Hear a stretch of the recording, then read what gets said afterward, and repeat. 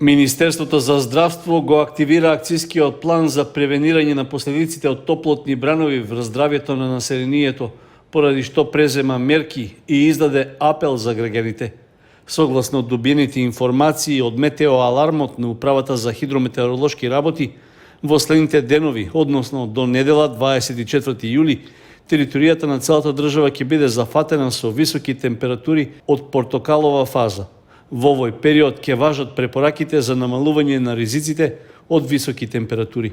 Во соопштението на Министерството се наведува дека во наредниот период сите региони во државата, односно Скопскиот, Осоговско-Малешевскиот, Пелагонискиот и Охридско-Преспанскиот, ќе влезат во портокалова фаза, при што состојбата на топлотен бран ќе важи на целата територија на државата.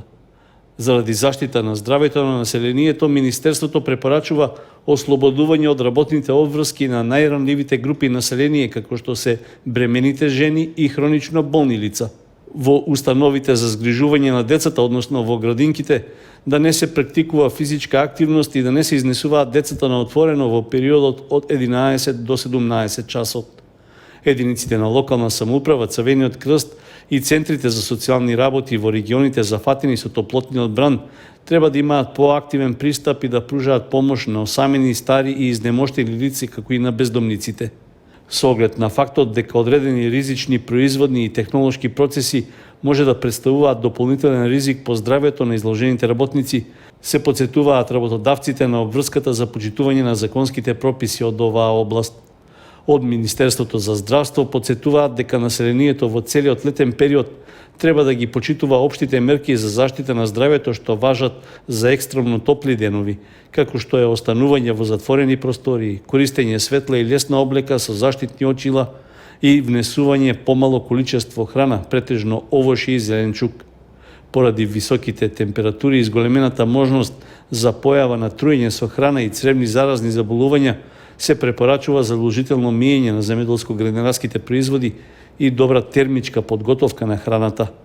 Исто така, по потреба и на дневна основа, Комисијата за следење на ефектите од високите температури при Министерството за здравство ќе предлага дополнителни мерки и активности за да се минимизираат ризиците, посебно кај најранливите категории граѓани во деновите што доаѓаат. Жителите на улицата Маршал Тито во Грдовци веќе половина година чекаат да завршат градежните работи за реконструкција на коловозот и конечно да добијат нормален пристап до своите домови. Асфалтниот коловоз беше изгребан на почетокот на годинава, при што се очекуваше на кракот 1 и 2 на оваа улица да се постави нов асфалт, но неочекувано работите застанаа. Градежната механизација одамна е повлечена, а ископаните дупки што останале покрај коловозот, жителите морале сами да ги пополнуваат со земја и песок за да си обезбедат влез до домот. Наместо тротоарска површина и обновен коловоз, се уште со возилата, но и пеш, поминуваат по раскопаната улица. Реагирале повеќе пати до надлежните, но за сега работите остануваат непроменети. Според информациите што ги добиле, причина за застојот наводно бил судски спор поради оштетување на една од куќите покрај улицата. За проблемот имаше и советнички прашања на неколку седници поред на Советот на општина Кочани. Во врска со изградбата на улицата Маршал Тито, село Грдовци, има добиен одговор дека има судски спор. Па, ако може да знаеме до каде е тој судски спор и жителите се соочуваат со проблем околу движењето, бидејќи целата улица е изгребана веќе подолг период. И редно е веќе да почне изградбата.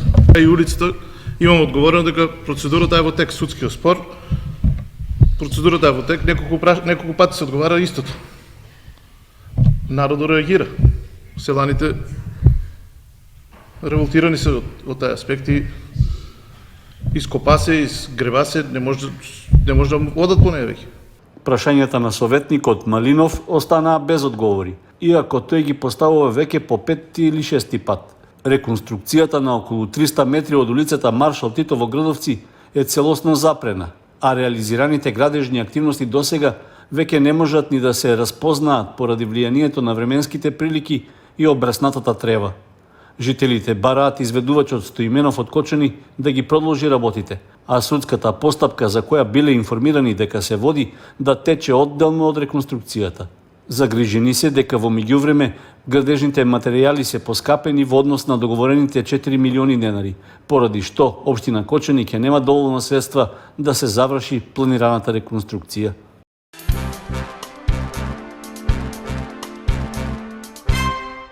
Општина Кочани продаде 4 градежни парцели за објекти за индивидуално домување преку 36-та постапка за електронско јавно наддавање за отуѓување државно неизградено земјиште. Од продажбата на парцелите, локалната самоуправа на Кочани ќе наплати сума од над 1 милион и 400 илјади денари. Од нив 80% ќе влезат во општинскиот буџет. Градежните парцели се со површина од 294 до 549 квадратни метри, а оттуѓени се по цена од 71 до 2000 денари за квадратен метар. Со објавата за јавно наддавање беа понудени по 3 градежни парцели што се наоѓаат на улиците Пиринска и Митко Тодоров, а по една на Ѓорче Петров, Смилевски конгрес, Илјо Тесларо и на улицата Вера Которка во населбата Монополски Бавчи. Освен за изградба на објект за индивидуално домување од класата А1, кај 5 од парцелите беше дозволена и намена на просторот за класа Б1, односно вметнување простории за комерцијални или други деловни намени до 10% од површината на објектот. Дел од државното градежно земјиште што општина Кочани го понуди со 36-та објава за оттуѓување е дел од проектот Купи куќа за млади.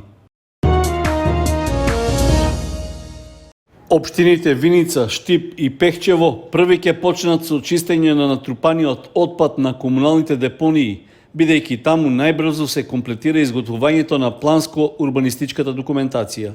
Според информациите од Министерството за животна средина и просторно планирање, во дел од општините од источниот плански регион при крај е подготовката на плановите за чистење на нестандардните општински депонии и ѓубришта.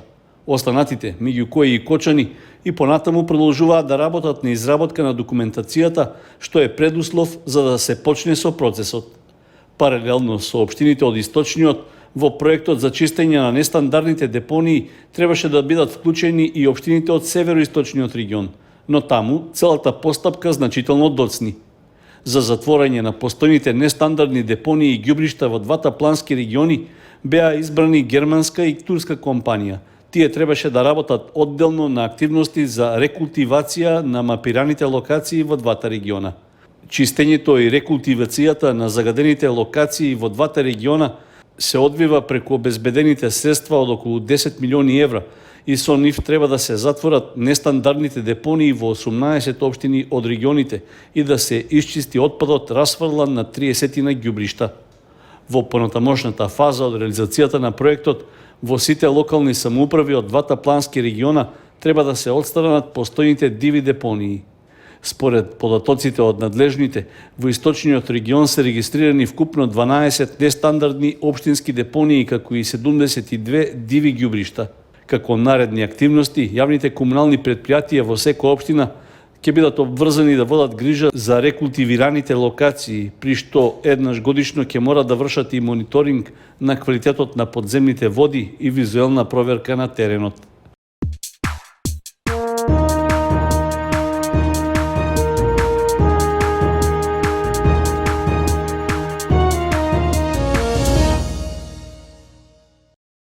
Во Зарновци почна традиционалниот турнир во мал фудбал, што се организира по повод празникот Илинден. Надпреварите годинава се одржуваат по 8 пат, а се пријавија вкупно 12 екипи. Тие ќе играат во 4 групи од по 3 екипи. На почетокот на турнирот, учесниците ги поздрави градоначалникот на Зрновци Борчо Коцев, при што истакна дека активностите на спортски план локалната самоуправа ќе ги реализира во текот на целата година. Имаме екипи пријавено вкупен број 12 од 4 општини со кои што гравитирам. Има од општина Зрновци, општина Чешиново Облешево, општина Виница и општина Кочани. Очекувам дека повторно ќе се вратат сите, освен овој турнир кој што беше традиционално до годинава. Ние предвидовме во нашата програма за спортски настани заедно со локалниот младински совет. Веќе организиравме еден претходен по повод патронот на основно училиште Синиша Стоилов и имаме предвидено за уште еден турнир во месец ноември. Подршка во организирањето на Илинденскиот турнир има и од локалниот младински совет на Зрновци, а организаторот на надпреварите очекува фер и коректна игра. Чест ми е што сме дел од овој турнир по повод Илинден. Како локален младински совет ја даваме поддршката на општината во организирање на турнири на фудбал со цел нели младите да се вклучат и да заживее спортот во општина Зрновци. Надевам се дека до сега сите 7 турнири беа поминаа во фер и коректна атмосфера. Надевам се дека овој 8 екипа биде во најдобри услови и дека нека победе на крајот фер плей да победе најдобриот. Надеваме се дека и временските услови ќе дозволат да се одржат се најнормално турнир да завршат. Надпреварите на Илинденскиот турнир се играат на мултинаменското спортско игралиште Васе Ангелов во Зрновци. На првиот ден од турнирот се одиграа два надпревара, при што екипите на Фабијан и Илиев 2019 одиграа нерешено 2:2, додека Тракање убедливо го победи Мородвис со 9:1. Од општина Зрновци најавија дека се обезбедени награди и признанија за најдобрите екипи и поединци. При тоа екипите ќе добијат парични награди, додека најдобриот играч, најефикасниот стрелец и најдобриот голман ќе добијат признанија и медали.